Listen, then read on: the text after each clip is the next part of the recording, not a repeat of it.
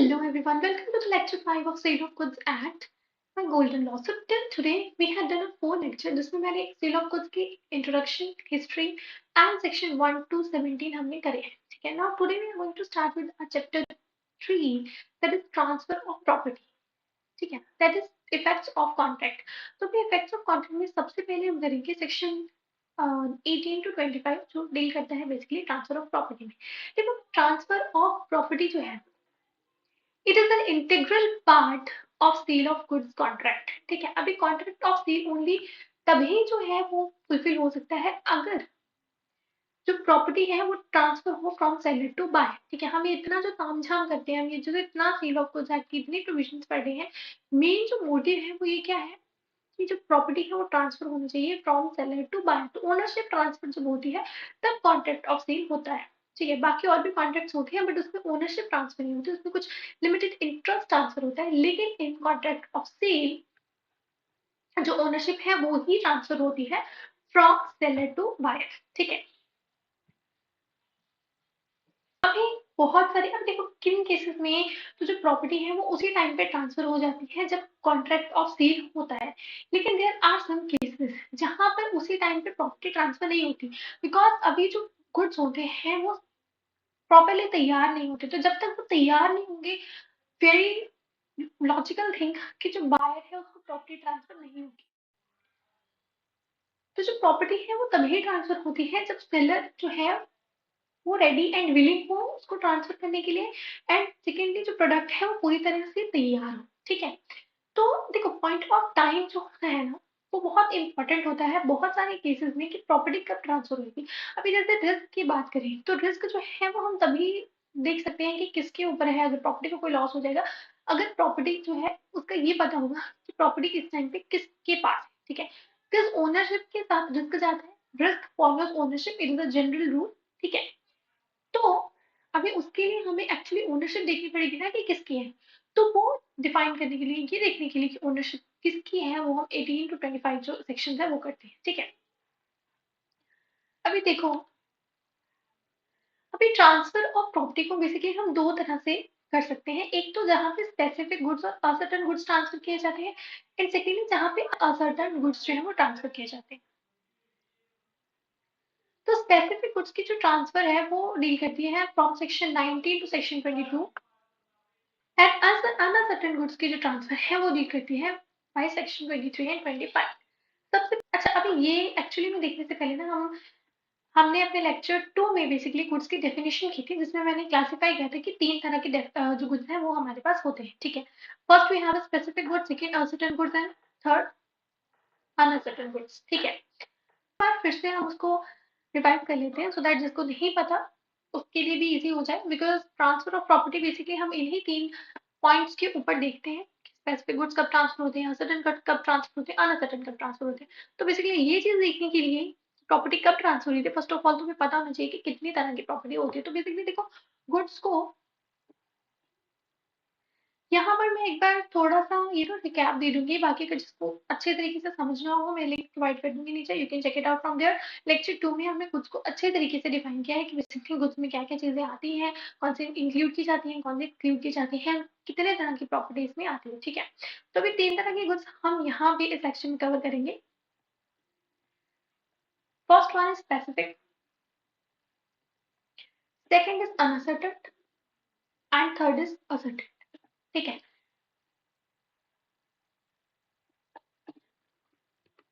तो specific goods कौन सी होती हैं, स्पेसिफिक करेंगे. First one is specific, second is unasserted and third is asserted. ठीक है.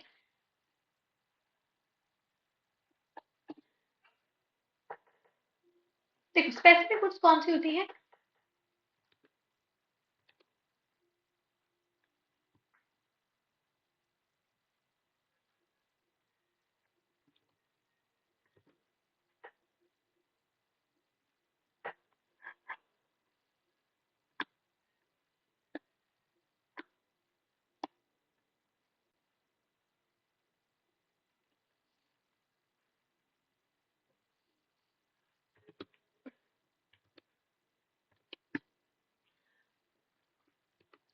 तो स्पेसिफिक गुड्स कौन सी होती हैं? Specific goods are those which are identified, specific goods कौन सी होती हैं? Which are identified and agreed upon at the time of contract. ठीक है, जब बायर गया, ठीक है, देखो बायर गया वहां पे सेलर को, उसने कहा कि मुझे ये पर्टिकुलर प्रॉपर्टी चाहिए, ठीक है, तो वहां पे बहुत सारी पेंटिंग्स पड़ी है, बायर ने कहा कि ये स्पेसिफिक पेंटिंग जो है ये मैं खरीदना चाह रहा हूँ, ठीक है, तो वहां पे क्या हुआ था, जो गुड्स थी उसे आइडेंटिफाई किया गया था और अग्री किया गया था eight the time of contract. तो वो क्या होगी हमारी स्पेसिफिक गुड्स। ठीक है, फॉर एग्जाम्पल हमारी जो पेंटिंग की एग्जाम्पल है वही हम लेके चलेंगे। ठीक है, next we have is goods uncertain goods. Uncertain कौन सी गुड्स होती है? जो आइडेंटिफाई नहीं की जाती, ना ही अग्री की जाती है at the time of contract. ठीक है, देखो अभी एक A is a seller, B is a buyer. अब ए के गोडाउन में 1000 जो है वो फीट के जो बोरियां हैं वो पड़ी हुई हैं। ठीक है, अभी बायर कह रहा है कि मुझे इन 1000 बोरियों में से तुम 100 बोरियां जो है ना वो दे दो। ठीक है, तो यहाँ पर ए और बी के बीच में कॉन्ट्रैक्ट हो रहा है 100 सैक्स को लेके। ठीक है, तो अभी जब तक, अभी यहाँ पर देखो 1000 बोरियां हैं, तो अभी 1000 बोरियों में से कोई भी 100 बोरियां जो है वो उठा के जो बायर सेलर है वो बायर को दे देगा। ठीक है, अब उन 100,000 बोरियों में से अगर 100 का नुकसान भी हो जाता है, इवन इन दैट केस, तो बाकी की 100 बोरियां उठा के जो है बायर को दे देगा, तो बायर को कोई फर्क नहीं पड़ेगा। लेकिन स्पेसिफिक गुड्स में क्या होता है कि वहां पर अगर पेंटिंग है, ठीक है, एक ही पेंटिंग बायर को पसंद आई, उसने कहा मुझे वही पेंटिंग चाहिए, अगर उसका कोई नुकसान हो जाएगा तो जो बायर है वो उसका भी नुकसान होगा। ठीक है, तो फिर असर्टेन गुड्स में क्या होता है, आइडेंटिफाई नहीं की गई होती है, अग्री अपॉन नहीं किया गया होता कि ये जो 100 गुड्स हैं, ये जो 100 बोरियां हैं, ये हम सेलर को देंगे, that is are unascertained goods. और असर्टेन गुड्स क्या होते हैं? जब अनअसर्टेन गुड्स को असर्टेन कर लिया जाता है वो हमारे असर्टेन गुड्स बन जाते हैं। तो अनअसर्टेन गुड्स ही असर्टेन गुड्स बनते हैं जब उन्हें असर्टेन कर लिया जाता है। तो देखो उसने, बायर ने क्या कहा था कि इन 1000 बोरियों में से मुझे कोई 100 बोरियां चाहिए। अब जब सेलर उन 100 बोरियों को अलग से कर लेगा, ठीक है, कोई लेवल के काटे या कुछ भी किसी भी तरीके से वो 100 बोरियां अलग कर देगी, ये जो 100 बोरियां है ना, ये मेरा और ए और बी का जो कॉन्ट्रैक्ट है इसे फुलफिल करेंगे। ठीक है ना, कॉन्ट्रैक्ट को जब वो ये 100 सैक्स या 100 बोरियां जो है वो असाइन कर देगा, देन वो गुड्स हमारे अनसर्टेन गुड्स से असर्टेन गुड्स बन जाएंगे। ठीक है, तो this is the specific uncertain ascertain goods. जब हम ट्रांसफर ऑफ प्रॉपर्टी करेंगे तब ये तीनों मतलब तीनों टाइप ऑफ गुड्स को करना जरूरी है, only then we can understand that how it works. ठीक है, अभी सेक्शन 19 टू 22 एंड 24 जो है वो डील करता है स्पेसिफिक गुड्स के साथ या फिर असर्टेन गुड्स के साथ, और 23 एंड 25 अनसर्टेन गुड्स के साथ करता है। पहले हम सेक्शन 19 करेंगे। अभी सेक्शन 19 क्या कह रहे हैं कि when where there is a contract for the sale of specific ascertained goods, जहां पर भी स्पेसिफिक या असर्टेन गुड्स को सेल करने का कॉन्ट्रैक्ट होता है, जहाँ पर भी स्पेसिफिक या फिर असर्टेन गुड्स को सेल करने का कॉन्ट्रैक्ट होता है, उस केस में प्रॉपर्टी बायर को तब ट्रांसफर होती है जब दोनों पार्टीज की इंटेंशन होती है प्रॉपर्टी को ट्रांसफर करने की। ठीक है ना, I am repeating it again कि जहां पर भी स्पेसिफिक या सर्टेन गुड्स का कॉन्ट्रैक्ट होता है उस केस में प्रॉपर्टी बायर को तब ट्रांसफर होगी जब पार्टीज की इंटेंशन होगी। अब इंटेंशन कहाँ कैसे होगी, कब होगी, वो हम by conduct of parties and by circumstances of case वहां से देख सकते हैं। देखो भी इंटेंशन होगी ये चीज सिर्फ कहना, it's a very vague term. ठीक है, और लॉ इतनी वेग टर्म्स के साथ जो है वो लॉ नहीं बनाता। ठीक है, वो प्रोविजन नहीं बनाता। तो इंटेंशन को देखने के लिए देखो, intention even even in any other case intention को प्रूव करना जो है ना, it is the one of the most difficult thing to do. ठीक है, इंटेंशन प्रूव करना बहुत मुश्किल होता है किसी पार्टी की। तो इंटेंशन कहाँ पे दी गई है, इंटेंशन हमें कैसे पता चलेगी, 20 टू 24 सेक्शन में हमें बताई गई है, रूल्स बताए गए हैं, जहाँ पे भी हम देख सकते हैं कि पार्टीज की इंटेंशन थी उस टाइम पे गुड्स को ट्रांसफर करने की या नहीं थी। ठीक है, तो स्टार्टिंग फ्रॉम सेक्शन 20, तो तीन हमारे पास है, सेक्शन 20, 21, 22। ठीक है, सबसे पहले सेक्शन 20 देखते हैं। सेक्शन 20 क्या कह रही है, specific specific goods to be in deliverable states. तो अभी गुड्स क्या है, स्पेसिफिक गुड्स है। एंड डिलीवरेबल स्टेट में है। अभी डिलीवरेबल स्टेट जब हमने डेफिनेशन करी थी तो हमने कहा था डिलीवरेबल स्टेट क्या डिलीवरेबल स्टेट क्या होती है? डिलीवरेबल स्टेट वो होती है जब सेलर को गुड्स के ऊपर अब कोई भी काम नहीं करना, बायर एज इट इज आएगा उठा के ले जाएगा, दैट इज डिलीवरेबल स्टेट। तो स्पेसिफिक गुड्स है अगर, और अगर वो डिलीवरेबल स्टेट में है तो उस केस में जो प्रॉपर्टी है वो उसी टाइम पे ट्रांसफर हो जाती है। तो where there is an unconditional contract, unconditional contract है, कोई कंडीशन नहीं है कि पेमेंट तो पहले दोगे फिर ही ट्रांसफर होगा, ऐसा कहीं कोई कंडीशन नहीं, ठीक है। अनकंडीशनल कॉन्ट्रैक्ट है for sale of specific goods और वो गुड्स डिलीवरेबल स्टेट में है, तो प्रॉपर्टी कब पास हो जाएगी? जब कॉन्ट्रैक्ट बना होगा, इवन एट दैट टाइम वो प्रॉपर्टी जो है वो ट्रांसफर हो जाएगी। इट इज इमटेरियल कि पेमेंट का टाइम क्या है, प्राइस क्या है, डिलीवरी का टाइम क्या है, यहाँ दोनों ही बाद में हो रही है, ठीक है। एग्जाम्पल, अभी ए जो था एक आर्ट गैलरी में गया, उसने एक पर्टिकुलर पेंटिंग को चूज किया, 50,000 के लिए उसने चूज किया, ठीक है। अभी ये जो पेंटिंग थी, पर्टिकुलर पेंटिंग, अभी ये जो पेंटिंग थी ये क्या थी? ये एक स्पेसिफिक गुड है, ठीक है। पर्टिकुलर क्या रहना, ये तो नहीं कह रहा ना 100 पेंटिंग पड़ी कोई भी उठा के दे दो, ठीक है। कह रहा है कि मुझे ये पर्टिकुलर पेंटिंग चाहिए, तो ये क्या है? एक स्पेसिफिक गुड है, ठीक है। डिलीवरेबल स्टेट में है, तो ये पेंटिंग तैयार है, आर्ट गैलरी में लगी हुई है, तैयार पेंटिंग लगी हुई है, ठीक है। तभी स्पेसिफिक गुड्स है, डिलीवरेबल स्टेट में है। अब ये प्रॉपर्टी कब पास हो जाएगी? जब कॉन्ट्रैक्ट बना होगा, जब बायर ने कहा मुझे ये जो पेंटिंग है ये चाहिए, उसी टाइम पे कॉन्ट्रैक्ट हुआ और उसी टाइम पे जो प्रॉपर्टी थी वो पास हो गई।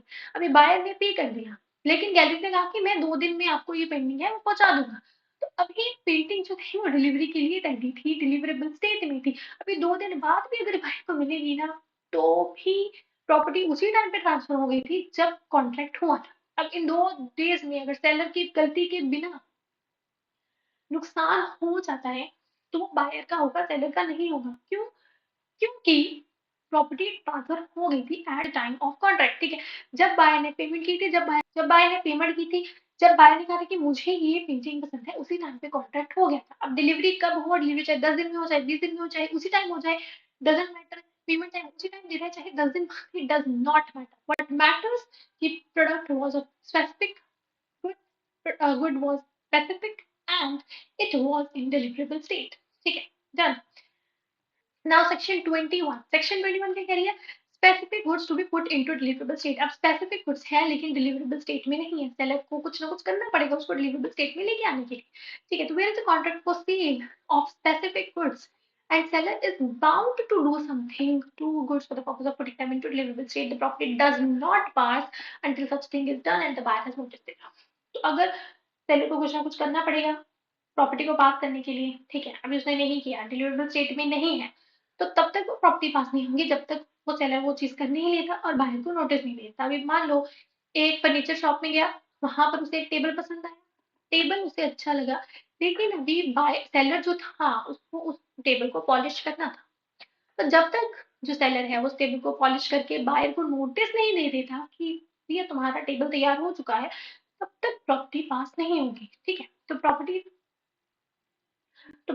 पास करने के लिए बेसिकली जो गुड्स हैं वो डिलीवरेबल स्टेट में होनी चाहिए और बायर को नोटिस करना चाहिए। एक और एग्जांपल है कि कॉन्ट्रैक्ट हुआ था 200 बैग्स ऑफ राइस का, जो सेलर था उसको वो राइस के बैग्स को पैक करना था। कुछ पैक हो गए, जो पैक हो गए थे उसका नोटिस बायर ने सेलर ने बायर को दे दिया था, और कुछ जो थे वो पैक नहीं हुए थे, ठीक है। बट फ्लड आया, फ्लड ने सारी के सारे राइस खराब कर दिए। अब यहाँ पर जो राइस पैक हो चुके थे जिसका नोटिस बायर को चला गया था, वो प्रॉपर्टी ट्रांसफर हो गई थी, वो लॉस बायर का होगा। और जो राइस जो थे वो अभी पैक ही नहीं हुए थे, उसका जो नुकसान है वो सेलर का होगा। क्लियर? तो सेक्शन 21 बेसिकली क्या कह रहा है, अगर स्पेसिफिक गुड्स हैं लेकिन अगर डिलीवरेबल स्टेट में नहीं है, तो जब तक वो डिलीवरेबल स्टेट में नहीं हो जाते तब तक प्रॉपर्टी ट्रांसफर नहीं होती। जैसे ही वो डिलीवरेबल स्टेट में आ गए, सेलर ने बायर को नोटिस दे दिया, वैसे ही प्रॉपर्टी ट्रांसफर हो जाती है, ठीक है।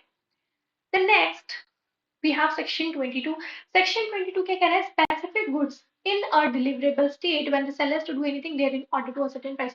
अब goods क्या है, deliverable state में है और specific goods है, लेकिन उसका प्राइस असर्टेन नहीं हुआ, तो बाहर को भी कुछ करना पड़ेगा उसके प्राइस को असर्टेन करने। क्या करेगा वो? मेजर करेगा, वेट करेगा, ये सब करेगा ना, लेकिन उसको करना पड़ेगा क्योंकि प्राइस असर्टेन करने के लिए अभी गुड्स के ऊपर कुछ करना पड़ेगा, अदरवाइज गुड्स स्पेसिफिक भी है और डिलीवरेबल स्टेट भी है, ठीक है।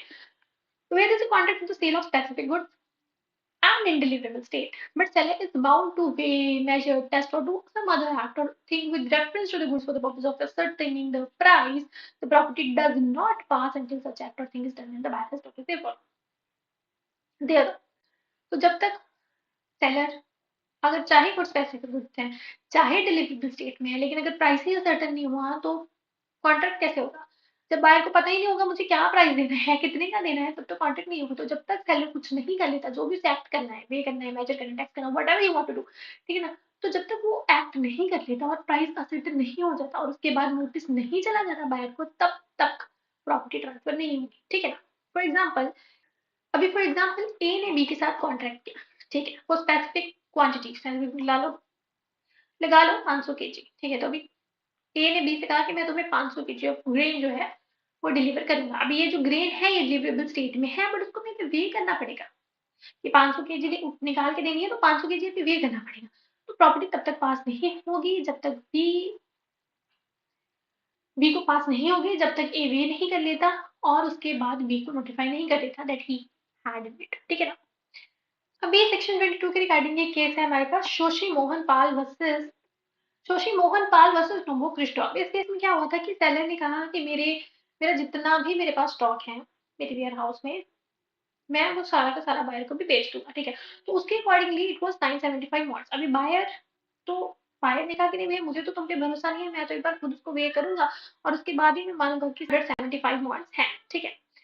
तो अभी सेलर की तरफ से तो इट वाज, तो उसने तो अभी वे वगैरह करके सब कुछ रखा हुआ, तो उसकी तरफ से प्रॉपर्टी पास हो गई थी, but it was buyer he wanted to weigh, who do- who wanted to weigh before taking the delivery।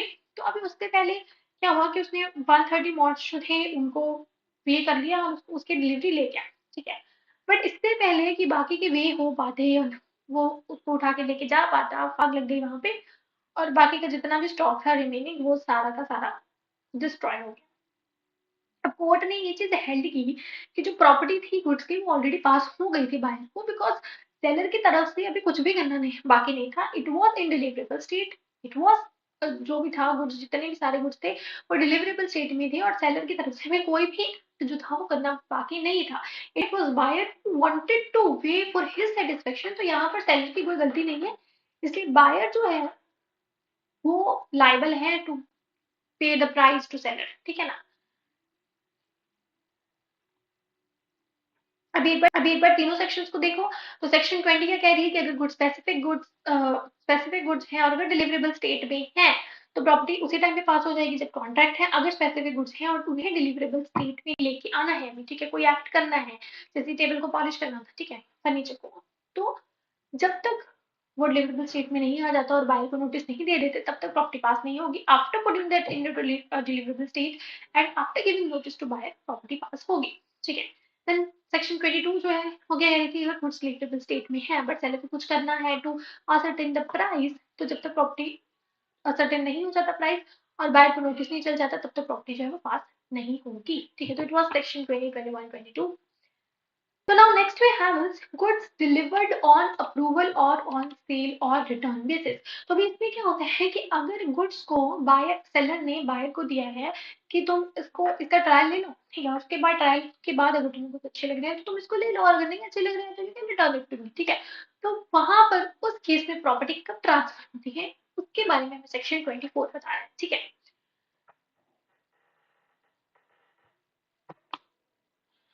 तो अभी गुड्स जब सेलर बायर को ऑन अप्रूवल और ऑन सेल और रिटर्न बेसिस देते तो उसमें हम तीन केसेस हमारे पास होते हैं। फर्स्ट वी हैव इज कि then when he signifies his approval और एक्सेप्टेंस टू द सेलर, ठीक है।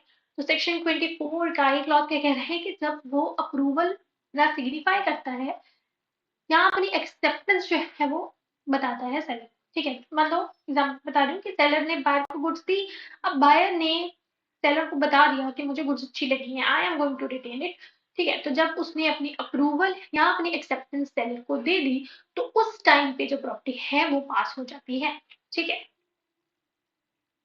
फॉर एग्जाम्पल कि अभी ए जो था सेलर था, बी है, ए सेलर है, ठीक है, बी बायर है। अभी जो सेलर है उसने 1 जैन को अपना घोड़ा जो था वो बायर को दिया, ठीक है, और कितने के लिए दिया, 8 डेज ट्रायल पीरियड के लिए सपोज दिया। तो अभी तो अभी मान लो कि 1 जैन को वो लेके गया और 3 जैन को उसे लगा कि नहीं यार घोड़ा तो बहुत अच्छा है, तो उसने अगर 3 जैन को सेलर को बता दिया, बायर ने सेलर को बता दिया कि मुझे तुम्हारा घोड़ा अच्छा लगा है, मैं इस गुड को मतलब ये जो घोड़ा है एक्सेप्ट कर रहा हूँ and I am going to retain it. तो वहां पर जिस टाइम पे उसने एक्सेप्टेंस दी थी दैट इज ऑन 3 जैन, तभी प्रॉपर्टी जो है वो बायर को पास हो जाएगी। ठीक है, तो एक ही केस हो गया। Then second, that or does any other act adopting the transaction, या फिर कोई भी ऐसा एक्ट कर देता है जिससे कि ये चीज पता चल जाती है कि बायर ने जो ट्रांजेक्शन है उसे अडॉप्ट कर लिया है या उसने गुड्स को एक्सेप्ट कर लिया है। फॉर एग्जाम्पल कि अभी जो ए है, ठीक है, हियर ए इज अ, जो अभी बी ए है वो एक बायर है, ठीक है, उसने एक दुकान से एक कपड़ा लेके आया वो, ठीक है, उसने लिया ऑन लेके आया ऑन टाइम बेसिस। अब उसने वो कपड़ा जाके नेक्स्ट डे टेलर को दे दिया कि तुम इसको मुझे सिल के एक अच्छा सा कोट बना दो। अब उसके बाद उसने कोट बना लिया या कोट उस टेलर को दिया है। तो अब यहाँ पर इससे ये चीज हम देख सकते हैं, ये डील कर सकते हैं कि जो प्रॉपर्टी है, ठीक है, जो ट्रांजेक्शन है वो उसने अडॉप्ट कर ली है। ठीक है, अगर कोई भी ऐसा एक्ट कर रहा है वो जिससे कि जो सेलर की ओनरशिप के साथ इनकंसिस्टेंट है, ठीक है, अभी वो कपड़ा ले गया, उसने उसने कोट बना लिया, अब अ, वापस से उसको मतलब सेम पोजीशन में तो नहीं ना लेके आ सकता। तो इस वजह से कोई भी ऐसा एक्ट है जैसे सेलर की ओनरशिप पे कोई प्रॉब्लम आती है तो उसी टाइम पे जो प्रॉपर्टी है वो ट्रांसफर हो जाती है। कोई भी ऐसा एक्ट करता है जिससे वो ये चीज शो कर रहा है कि मैंने इस ट्रांजेक्शन को अडॉप्ट कर लिया है, ठीक है ना। देन बी क्लॉज क्या कह रहा है कि अगर उसने अपना अप्रूवल या फिर अपना एक्सेप्टेंस जो है वो सिग्निफाई नहीं किया टू सेलर, बट अगर जो भी टाइम जो भी टाइम फिक्स किया गया था उसमें उसने नोटिस ऑफ रिजेक्शन भी नहीं दिया, तो उस केस में, और अगर कोई टाइम फिक्स नहीं था तो जब रीजनेबल टाइम इलैप्स हो जाएगा तो उस केस में प्रॉपर्टी पास हो जाती है। ठीक है, अभी जैसे इसमें 8 डेज ट्रायल था, ठीक है, तो अभी 8 डेज में जो बायर है वो ना ही तो सेलर को कोई एक्सेप्टेंस दे रहा है ना ही रिजेक्शन दे रहा है, तो यही चीज मानी जाएगी कि जो बायर है उसने गुड्स को रिटेन कर लिया है। ठीक है, और अगर यहाँ पर कोई फिक्स टाइम नहीं दिया होगा तो अगर कोई एक रीजनेबल टाइम है, जैसे रीजनेबल टाइम इलैप्स हो जाएगा उस टाइम पे। ठीक है, एक बार इसका ओवरव्यू कर ले। तो यहाँ पे क्या होता है कि 3 बेसिक केसेस आते हैं। सबसे पहले तो अगर तो उसने अप्रूवल सिग्निफाई कर दिया, कब प्रॉपर्टी ट्रांसफर होती है इसके 3 केसेस, अगर तो उसने अप्रूवल सिग्निफाई कर दिया तो उस टाइम पे, जिस टाइम पे उसने अप्रूवल एक्सेप्टेंस दिया है, प्रॉपर्टी पास हो जाएगी। अगर नहीं किया बट कोई ऐसा एक्ट कर लिया जिससे ट्रांजेक्शन अडॉप्ट हो तो उस टाइम पे भी प्रॉपर्टी जो है वो पास हो जाती है। या फिर अगर उसने गुड्स को रिटेन किया विदाउट नोटिस ऑफ रिजेक्शन, अगर टाइम फिक्स्ड है तो on expiration of time property pass होती है। अगर टाइम फिक्स नहीं है तो जो भी रीजनेबल टाइम होता है उसको रीजनेबल टाइम के बाद प्रॉपर्टी जो है वो ट्रांसफर हो जाती है। ठीक है, so it was our specific good. ठीक है, स्पेसिफिक गुड्स में प्रॉपर्टी कब ट्रांसफर होती है वो हमने देख लिया। इसमें अगर आपको कोई भी डाउट है you can ask me in the comments, and कल हम हमारा जो अनसर्टेन गुड्स की प्रॉपर्टी ट्रांसफर है वो देखेंगे। And for more such short videos, do subscribe my channel, like my video, and if you have any doubt, you can ask me in the comments. Thank you guys.